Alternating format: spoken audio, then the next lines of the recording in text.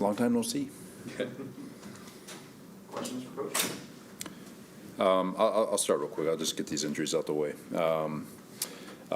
So you guys are going to see the injury report. Croft, he's not back yet. Marcus will be back. Colbert, Smitty, and Shep, they'll all be full participation. And then the one that's going to pop up that didn't pop up till after I talked to you guys was C.J. Mosley. He will not practice today. He's day-to-day. Still hopeful for the game. With what? Hamstring. So that came up After London. Yeah, so it happened in the London game. One of the last few plays, which is why it went unnoticed. And then Monday, obviously they were off, and Tuesday was the diagnosis and all that. So. And will Jared return to practice? Jared is still day to day, still trying to work, and it doesn't look like it's going to be this week. Coach, how do you balance working in young players and then taking their lumps on the job while they learn and trying to win?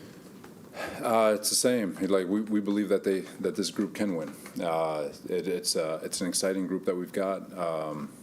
They're not being thrust out there because there's nobody else. These are really good football players, and they're going to figure it out. You're always trying to win football games, and you understand with this youth that you can cost yourself sometimes. There's a lot of fear, and I'm probably rambling, but there's always fear with playing young guys that young guys probably lose you more games than you win. But at the same time, when they figure it out and they learn how not to lose football games, you start seeing a lot of you'll see the swing, and you'll actually be able to feel it even from the outside looking in.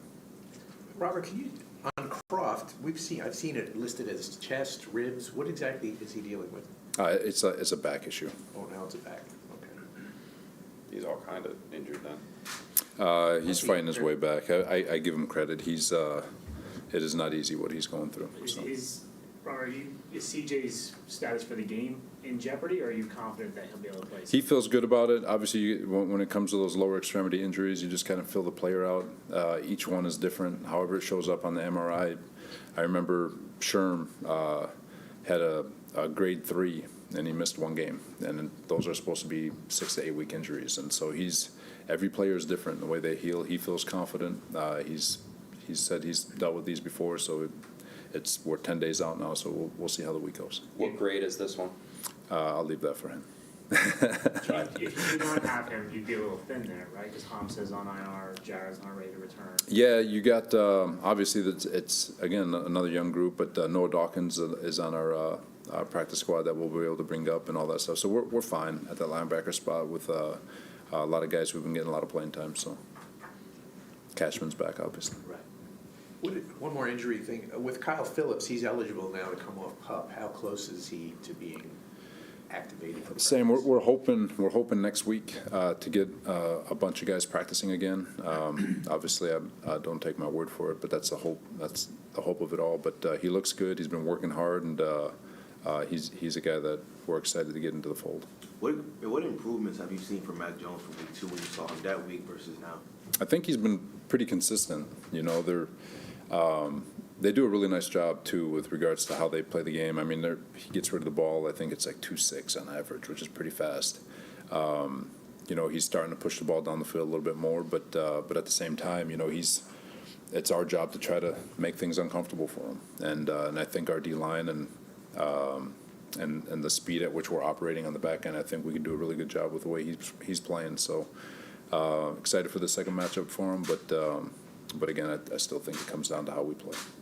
Robert, the Patriots have been the measuring stick for this team for a long time. How familiar were you with this rivalry before you got here, and do you feel a little something different, the week that you played the Patriots? Forgive me on this one. It's just from call it arrogance if you want. Like it's because you have rivalries all over the league, but if you make it bigger than it needs to be, then that's exactly what it'll become. It's another opportunity to own your moment. It's another championship opportunity, no different than a championship opportunity to take practice to its fullest. So Yes, New England has done a lot of winning over the last 20 years, and obviously they've got a Hall of Fame coach, they've had Hall of Fame players, and a lot of respect for the organization, but they're another team that's in the way of us trying to be our absolute best, and that's the main focus. Do you need to, because you have a young team and because of this thing hanging over this franchise, do you need to remind them to just not worry about anything else? Ignore the noise. Game? Ignore the noise. It's just noise. That doesn't matter in the grand scheme of things. Robert, in terms of showing progress, I mean, you played them a few weeks ago, and now you're getting the chance to do it again. So how much of an opportunity do you view this as a chance to kind of show how much you improved or where you guys are at? It still goes back. This is going to be so much. This is really coach speak in the sense that it's you go out there and you play the best you absolutely can. You lay it all on the line. You execute to the best of your ability, and you strain more than anyone's willing to strain, and you trust the results will be in your favor. Sometimes it doesn't work out that way. Thought we did a lot of great things in the first game, but the score doesn't reflect it at all because you turn the ball over, and the turnovers they're going to kill you. But I don't think the final score is really indicative of what actually happened during the game when you study play for play. Does that mean the tables will turn? No, it doesn't. But at the same time, I got a lot of faith in the group that we have and the fact that I know what we're made of and I know what we're capable of. So, Jacoby Myers is their #1 receiver, especially on third downs. He plays a lot in the slots. So obviously, Michael Carter. He's going to match up Michael Carter. How confident are you in that matchup, and what challenges does Jacoby Myers present? Jacoby's a heck of a football player. Obviously, we think Michael is too. He's been sticky all season. Obviously, he had his trouble a little bit with Kyle Pitts, but that's a tough one. Guy's 6'8", so it's. But Michael's a competitor. He's been fantastic all year, and I expect him to give Jacoby everything he can handle. If Mosley can't go, who wears the green dot on defense? It'll probably end up being Sherwood. He'd been practicing the mic all throughout OTAs and training camp. He's back, so he's comfortable in that role. You often hear how a pass-catching tight end could be a quarterback's best friend, especially a young quarterback. You've gotten very little production out of the tight end so far. Why is that? It's opportunity. Croft, obviously, he's call him a pass catcher of the group if you want. They've had opportunities. Griff was wide open for a walk-in touchdown, and we just got to get the ball on him. There's also, again, it comes back to coverage, play call, trying to get other people involved. Crowder, you can see him as a quarterback's best friend. He's in 2 games. He's got a lot of targets. Just a comfort spot in the slot to a reliable person who's going to be where he needs to be. So to pinpoint it to one specific thing would be unfair, but there's a lot of different players on this team who quarterback is very comfortable with, and it's just a matter of trying to find a way to distribute the ball. Ertz was obviously a guy that was a name very commonly floated around on the trade block. He's now in Arizona. Is that something that you would talk to Joe about potentially doing, or ways that could benefit the offense, is potentially going out there and acquiring a tight end at the deadline? Joe's phenomenal in the sense of he's always looking at the roster. He's always having open dialogue, every position, and which is his job, right? But his transparency and his communication and all that is really at the top of as good as anybody I've been around. So, it's.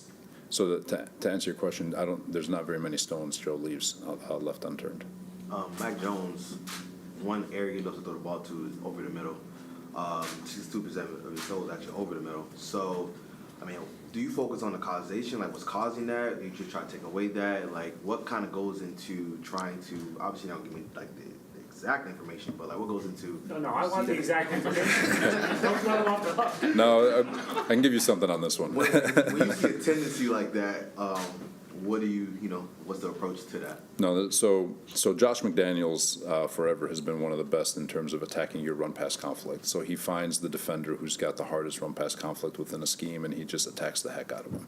So in cover 2, Mike linebacker, major run-pass conflict, you see a lot of those tight end dumps. So that might not apply to us because we don't play cover 2. So there's a lot of ways Josh in the history of his play calling, he is a very brilliant mind offensively, and he'll find you And if you know your job and you know you have a run pass conflict, I promise you he's coming for you. And so it's just awareness, showing them plays, showing them history, showing them, the tendency of play calling and all that. And I promise you, Josh will have something else that we've never seen before. You just have to understand what your job responsibility is and understand that if you have a run pass conflict, he's seeking you out.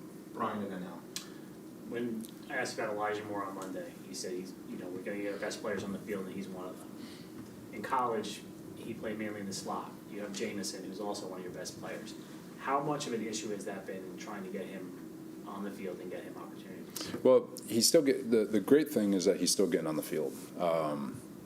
We want to get the ball in his hands more. Of course we do, but it's there's the positive taking out of this is that he is getting these reps. He is getting game action. He's going through the motion, not the motions, but he's going through the rigors of an offensive game. He's getting hit. He's having the block. He's getting to experience all of it. So he's getting better. And there's visual evidence when you watch tape. He is in position that create a lot of explosive plays. It's just like I've said. There's defenses. There's protection. There's opportunity that just needs to be taken advantage of. And eventually it's going to happen. But he's been a factor in games. He's done a really nice job with his route running. He created the explosive to get us to 20-17. So he's doing a lot of good things. You just got to stick to it and trust that good things will happen. With Zach, how beneficial do you think the break was for him? Everything he's had to absorb to get away from it for a little while, and how much more prepared do you think he will be for New England seeing them a second time after what happened last? It really having these breaks are good for everyone. To just get away and just breathe, go see family, just stay away from football for a little bit. For me, finally got to see my kids in a little while. So it's like everybody needs it, and sometimes you want it a little bit later, just because of the length of the season that's left. But for us, after five games, and it's such a young team, training camp, all that stuff was probably good when we got it. And Monday was awesome. Guys came back with a lot of energy. He had great zip on his ball. He looked refreshed. And now it's just a matter of stacking it up, get to Sunday, and play ball. Hold on, we got one more from the Hall of Famer in the back there. You mentioned that you tell the players, the young team, ignore the noise. Do you have to do anything, you're going against a Hall of Fame coach, do you personally have to do anything about not making it about you versus Belichick? No, that one's easy. It's about the players, right? So it's I believe that there's internally motivated people and there's externally motivated people. And no disrespect to Bill, who's one of the greatest ever, he's an external motivation that doesn't matter. It's about internally being ready and prepared to put your best foot forward for the people who are counting on you. Okay. Good. All right. Thanks, guys. Connor, you need a recliner? I wouldn't mind one. Yeah. That would be nice.